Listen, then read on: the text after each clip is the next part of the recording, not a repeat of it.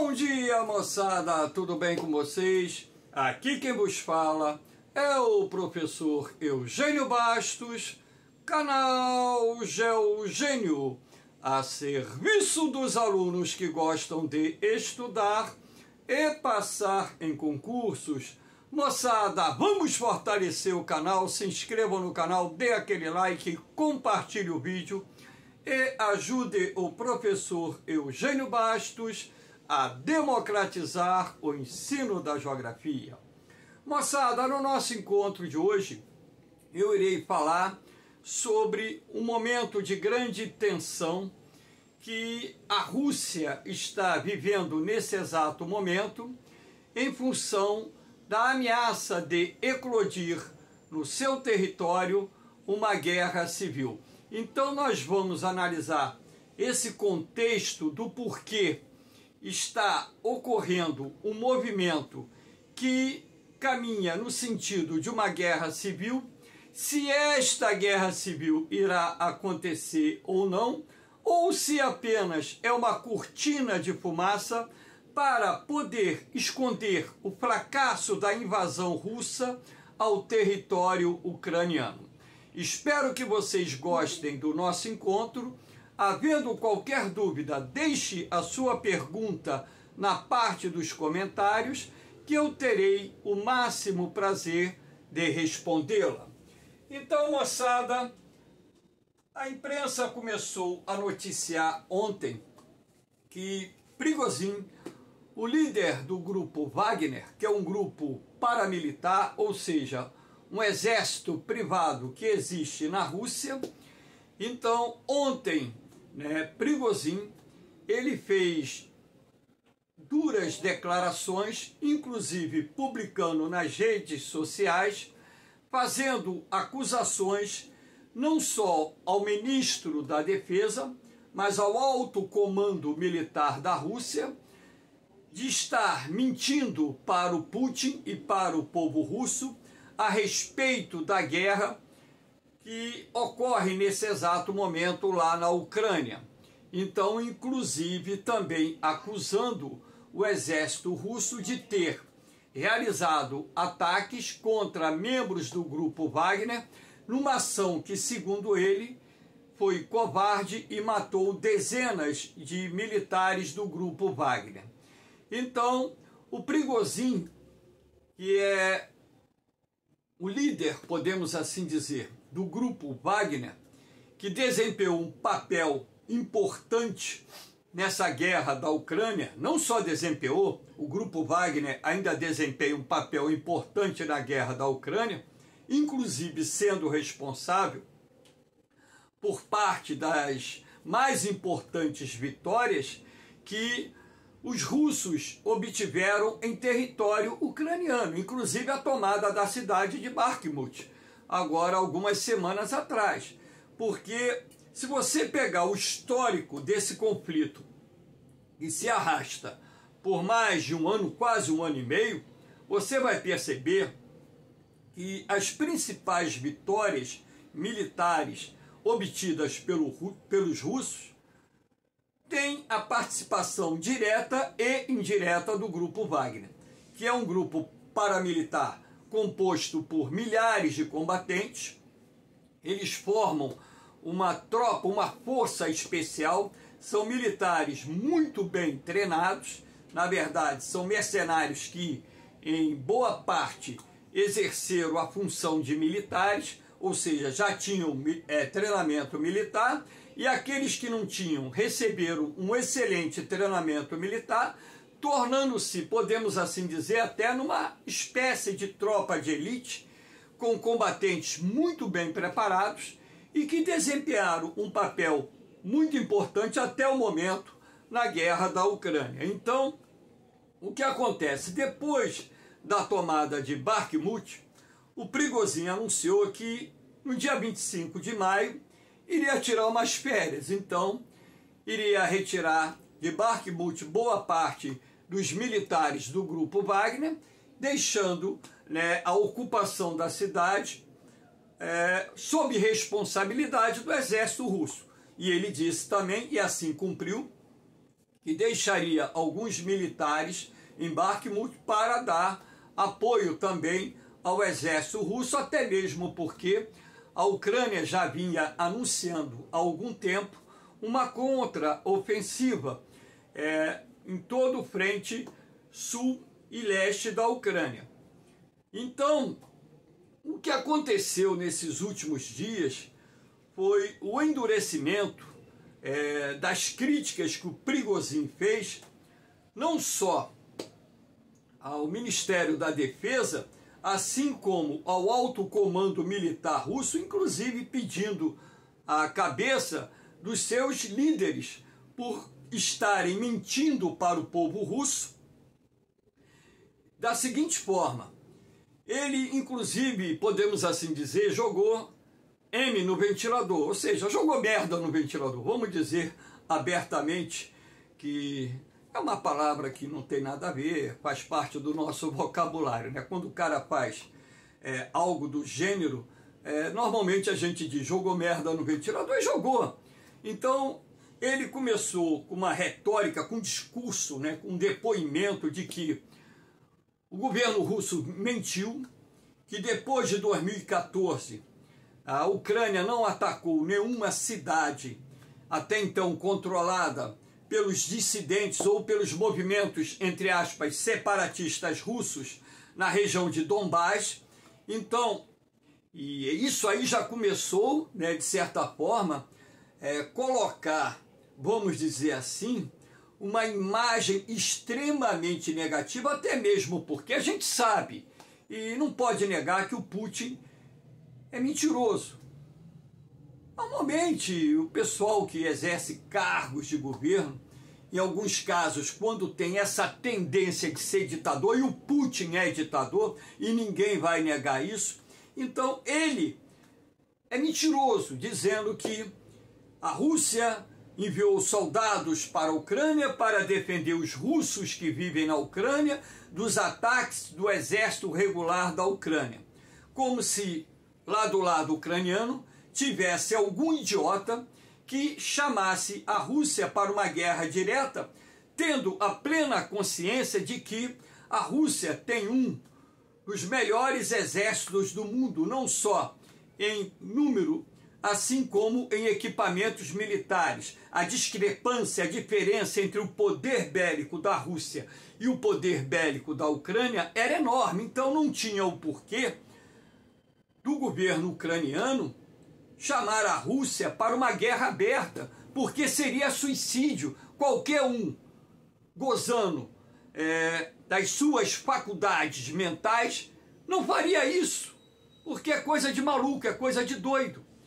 Então, o que a gente percebe dentro desse contexto? Na medida em que o Prigozhin ele começa a jogar merda no ventilador, dizendo que o governo russo, Vladimir Putin e outras lideranças do comando militar russo mentiram sobre os ataques ucranianos às cidades controladas pelos russos na região de Donbás, então ali já se começa a desenhar toda essa retórica mentirosa que foi criada pelo presidente da Rússia para dar sustentação à invasão que se deu início no dia 24 de fevereiro de 2022. Então ali a gente já começa a perceber que a mentira tem pernas curtas, e na verdade teve.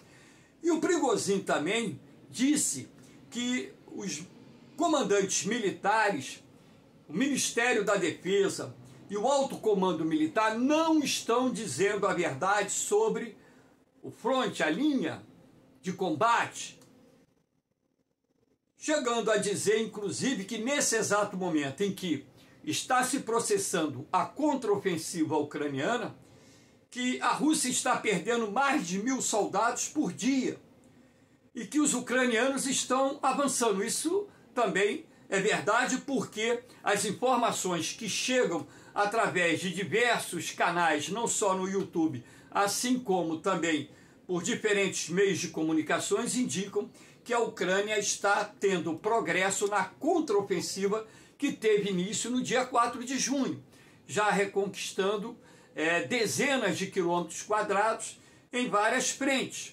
E que também esse avanço está se processando em Bakhmut, e hoje uma parte dessa cidade que foi tomada pelos russos já está sob o controle dos ucranianos, que inclusive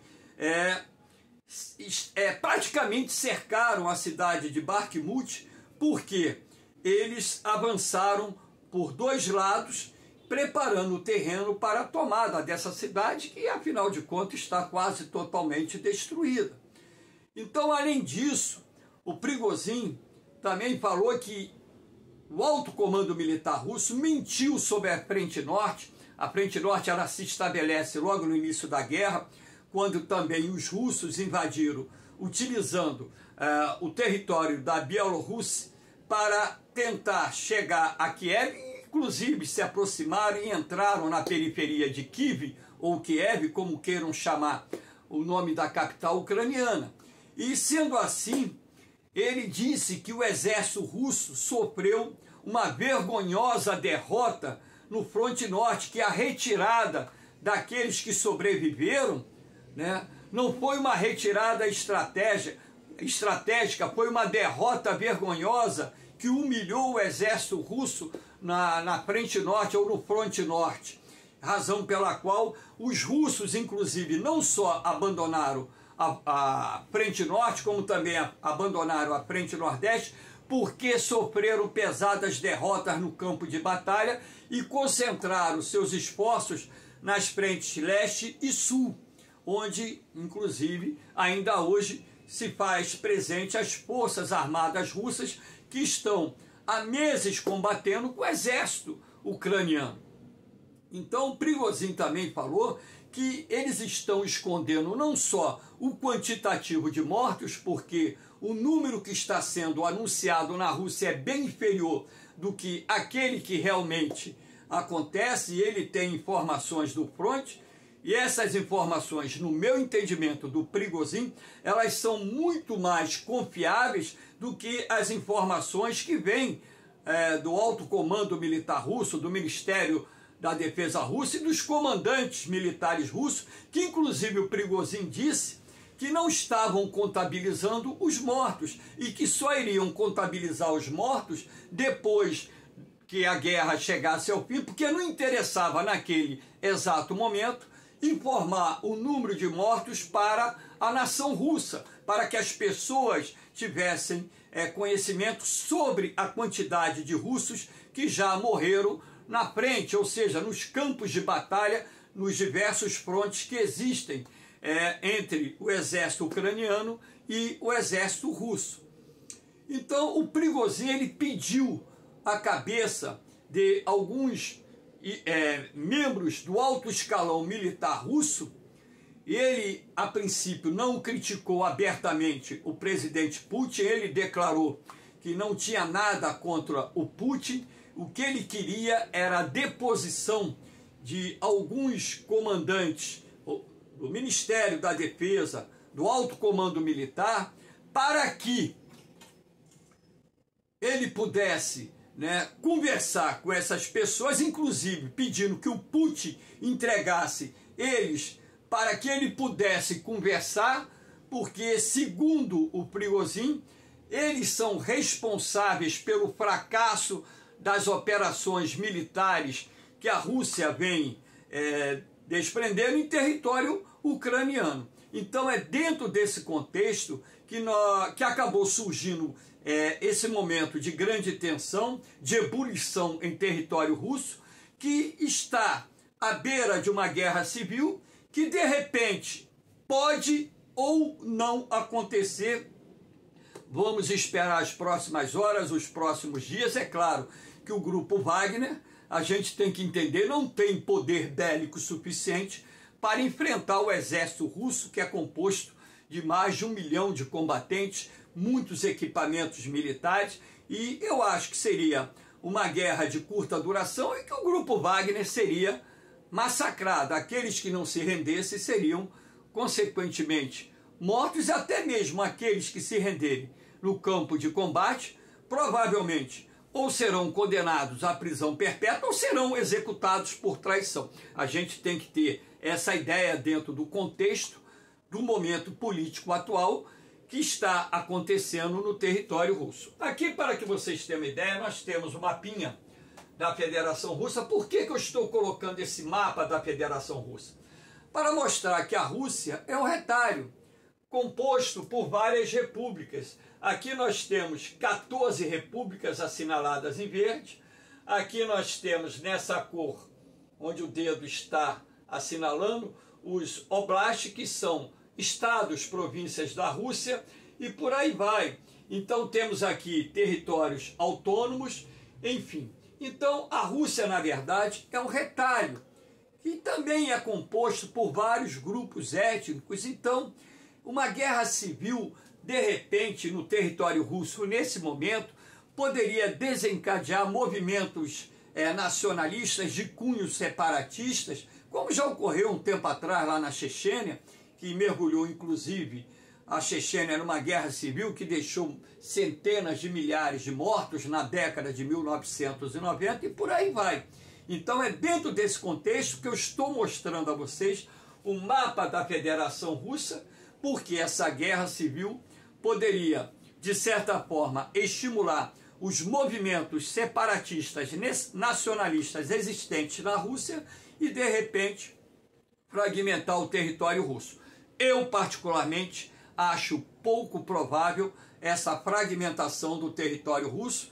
Vamos dizer assim, numa probabilidade de 0 a 100, eu vou dizer a probabilidade 0, em função do grande poder bélico que a Rússia possui e de uma força de repressão muito bem estruturada.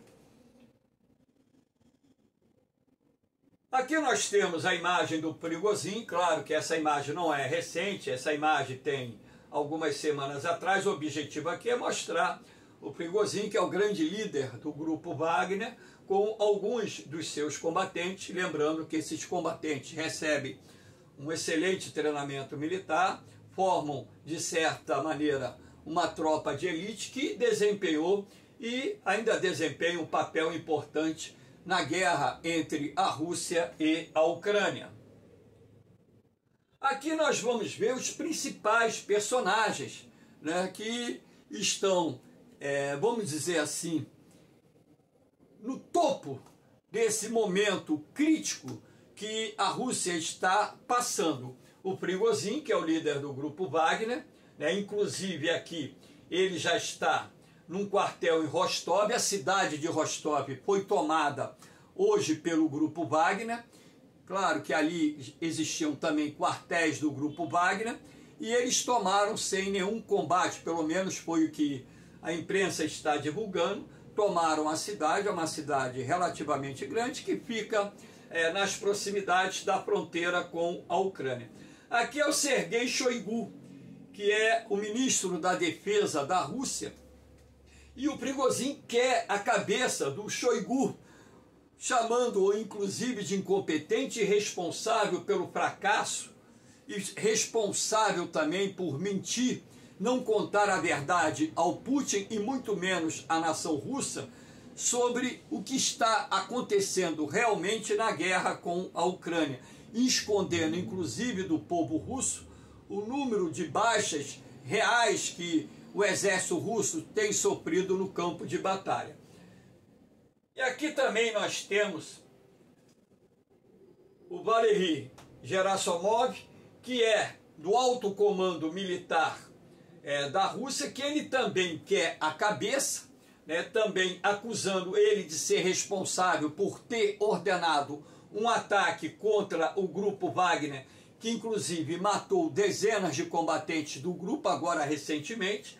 Então o Prigozhin quer a cabeça do Gerasimov, acusado de ser também responsável não só pelo ataque ao grupo Wagner, mas também responsável pelo fiasco das operações militares da Rússia na Ucrânia.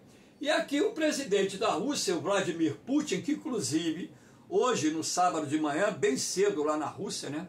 Aqui ainda era de noite, aliás, ainda era sexta-feira à noite, o Putin, né, utilizando, né, uma cadeia de rádio e televisão, fez um pronunciamento acusando o Prigozhin de ser um traidor, de ter dado uma facada nas costas dele e de estar traindo a Rússia, que nesse exato momento o povo russo deveria estar unido para defender os reais interesses da Rússia e que não era e não permitiria que a Rússia mergulhasse numa guerra civil, e conclamando o povo russo a ficar do lado do governo e acusando Prigozhin e todos os membros do grupo Wagner de serem traidores e de punir com rigor da lei esses traidores. Ou seja, então é bem provável que o Prigozhin, sendo preso,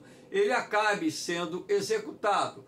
É provável que isso aconteça, assim como outros altos comandantes do grupo Wagner.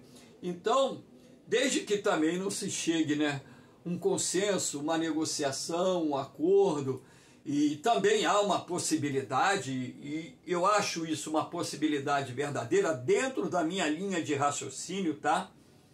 Que pode ser uma cortina de fumaça. Toda essa situação também pode ser uma cortina de fumaça para esconder o fracasso do exército russo no fronte e também o fracasso em deter a contraofensiva ucraniana, porque, de acordo com as informações que estão chegando, os ucranianos estão avançando, estão infligindo pesadas baixas ao exército russo e grandes perdas em equipamentos militares para o exército russo. Então, de repente, todo esse burburinho pode ser, não necessariamente uma cortina de fumaça para, de certa forma, desviar o foco de atenção do confronto, da guerra naquele momento, até que os russos, de repente, consigam deter o avanço ucraniano e reverter esse avanço e, de repente, partir para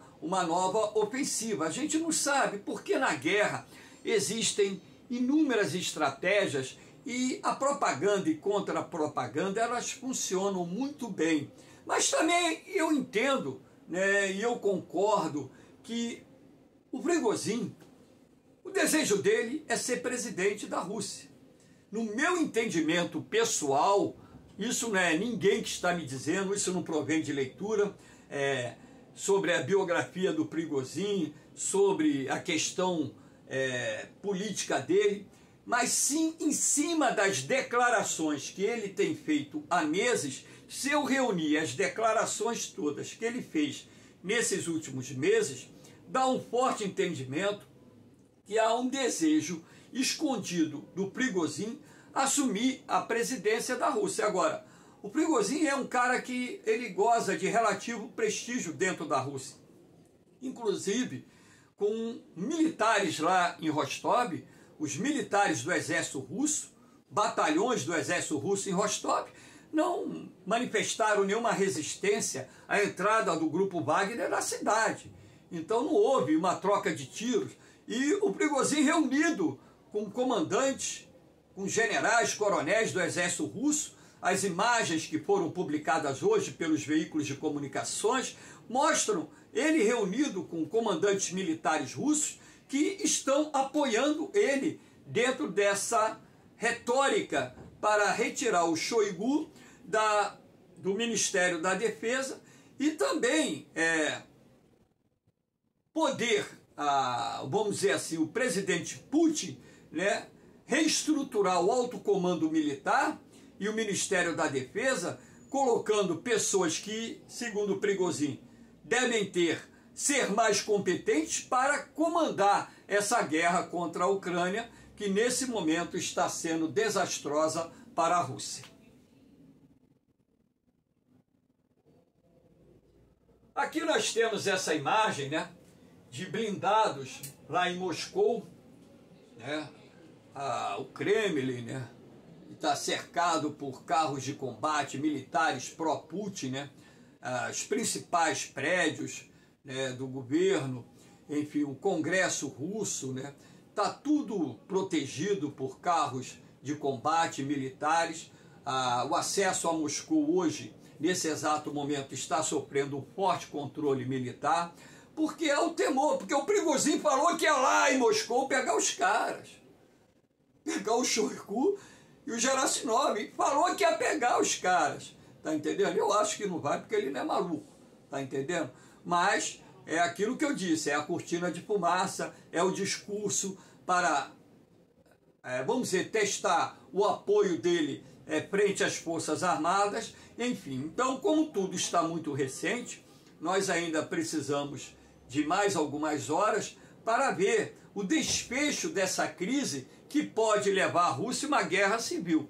Eu, particularmente, acho que essa guerra civil, ela pode ocorrer, mas a probabilidade é muito pequena, até mesmo porque o Prigozhin, por ser um cara inteligente, no meu entendimento, é muito inteligente, um militar muito bem preparado, ele sabe que o grupo Wagner não tem meios suficientes para enfrentar o exército russo, a não ser que vários batalhões do exército russo apoiem o grupo Wagner e participem dessa operação militar para destituir o alto comando militar da Rússia e o ministro da Defesa. Então, sendo assim, como o Putin chamou o Prigozhin de traidor, de ter apunhalado pelas costas e prometer uma dura pena para o Prigozhin, ou seja, eu acho que traição na Rússia não tem outro caminho senão a pena de morte.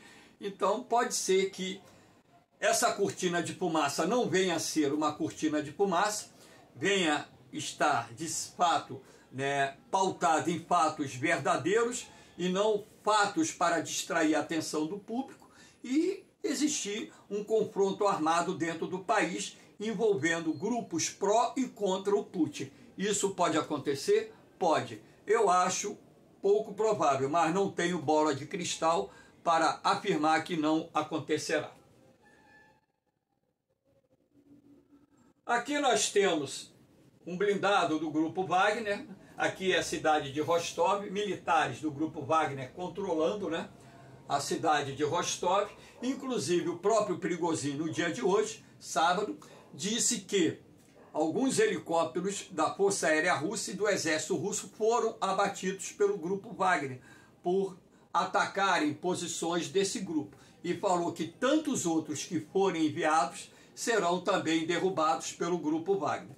Então, logicamente que toda a perda de equipamento gera um prejuízo muito grande. A própria mobilização interna, ela tem um custo que, somado com o custo da guerra da Ucrânia, torna a situação da Rússia mais complicada ainda. É uma situação econômica que vem se deteriorando em função do embargo econômico dos Estados Unidos e seus aliados e da própria guerra que consome um volume de recursos muito grande. Então, se o país mergulhar numa guerra civil, nós teremos, vamos dizer, consequências econômicas desastrosas para a Rússia e isso não é bom. Então, nem para quem quer assumir, o Prigozhin, caso assuma o governo da Rússia, e nem para quem quer permanecer, no caso, o Vladimir Putin. Aqui eu estou colocando esse mapa para mostrar a vocês que o Grupo Wagner é uma força internacional, tá? Ele não está presente só no território russo e atuando aqui na Ucrânia. A presença do Grupo Wagner se faz também lá na Bielorrússia. O Grupo Wagner está atuando aqui na Síria e repara como o Grupo Wagner atua em vários países do continente africano, visto que o interesse da Rússia em manter esses países e outros sob a sua área de influência política, econômica e militar. Então esse Grupo Wagner dá apoio a, vamos dizer, movimentos revolucionários ou dá apoio a governos contra movimentos revolucionários, de forma a ampliar a influência da Rússia no continente africano. E aqui na América, repare que você tem a presença do Grupo Wagner na Venezuela. Isso, particularmente, eu desconhecia, fiquei sabendo alguns dias atrás. Então, na verdade, o Grupo Wagner, ele não é composto só pelos 25 mil combatentes que se encontram no território russo. Se você colocar a soma de todos os mercenários desse grupo que atuam em vários países do mundo, eu não sei precisar quantos combatentes são, mas com certeza deve se aproximar dos 100 mil combatentes. Aqui nós temos o corpo de voluntários da Rússia e a Legião da Liberdade da Rússia. Esses dois grupos, inclusive, alguns dias atrás, invadiram Belgorod, na Rússia, saindo da Ucrânia. Eles são russos que apoiam a Ucrânia na guerra contra a Rússia, porque são contra o governo do Vladimir Putin, que acusa de ser um ditador sanguinário. Então eles chegaram a invadir uma área de Belgorod, chegaram à cidade de Belgorod. Isso fez com que o exército russo também desviasse parte das suas forças para enfrentar esses grupos paramilitares que querem a derrubada do Putin e, de certa forma, também ajudar o exército ucraniano a enfrentar a Rússia nessa guerra. Porque, na verdade, né, o que eles querem aqui, tanto o corpo de voluntários da Rússia e a Legião da Liberdade da Rússia, é tirar o Putin do poder. Então, vocês vão vendo aí, eles fizeram um elogio, inclusive, ao discurso do Prigozhin ontem. Elogiaram, apoiaram o discurso do Prigozhin contra o Putin, porque, na verdade, eles querem tirar o Putin do comando do país. Na verdade, né, é isso que está escondido, apesar do Prigozhin dizer que não tem nada contra o Putin. Ah, fala sério, né, meu irmão? Aqui você tem, né, os mapinhas, 6 mapas que mostram, né, o início do conflito, a invasão russa no território ucraniano, né? Aqui, ó, 24 de fevereiro de 2022, repare que o exército russo, Kiev está aqui, a capital da Ucrânia, eles começaram a invadir a Ucrânia pelo norte, não só pela Bielorrússia, mas também pela Rússia, invadindo pelo nordeste, pelo leste e pelo sul. Repare aqui no dia 24 de março que uma grande área do território ucraniano já tinha sido tomada. Agora, o que acontece 6 de abril? Repare, pouco mais de 2 meses do início da guerra, os russos se retiraram do norte e do nordeste, porque sofreram derrotas vexatórias no fronte. Então, eles se retiraram para concentrar suas operações no leste e no sul. Então, repare, no dia 15 de julho, a Ucrânia já iniciava a retomada de territórios ocupados pelo russo no leste e no sul. Aqui no dia 14 de novembro, repare que uma grande área do leste já havia sido retomada pela Ucrânia, assim como na região de Kherson, região de Kharkiv, e na região de Kherson os ucranianos obtiveram vitórias expressivas. E no atual momento, o exército russo, atual momento que eu digo, 1º de fevereiro de 2023, o exército russo estava apenas limitado a essa parte do leste e do sul da Ucrânia. Então, nesse outro mapa aqui, eu vou mostrar a vocês o seguinte.